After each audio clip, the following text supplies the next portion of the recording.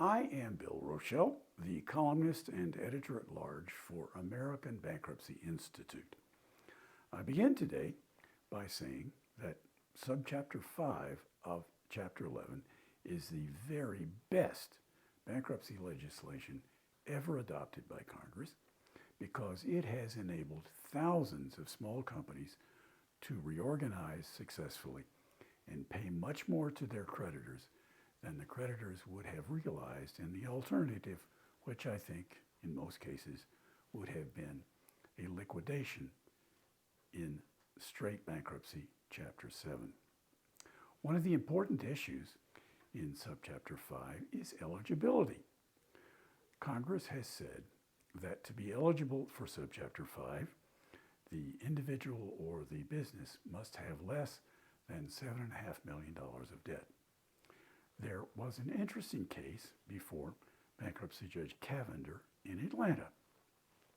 That individual filing a subchapter 5 petition had less than $7.5 million of debt.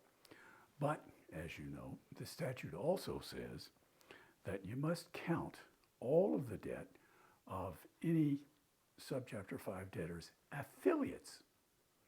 Well, in this case, the individual in sub 5 had been the owner of two corporations that had 6 and 8 years before filed bankruptcy petitions, and they, at the current time, are being liquidated by Chapter 7 trustees.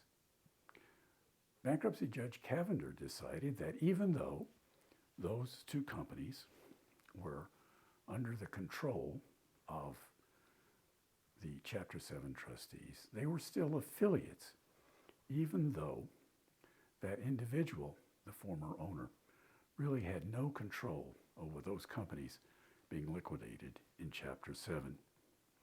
I think it's fair to say that there are arguments to be made both ways on whether or not those Chapter 7 affiliates should still be counted as affiliates in this individual's subchapter 5 case.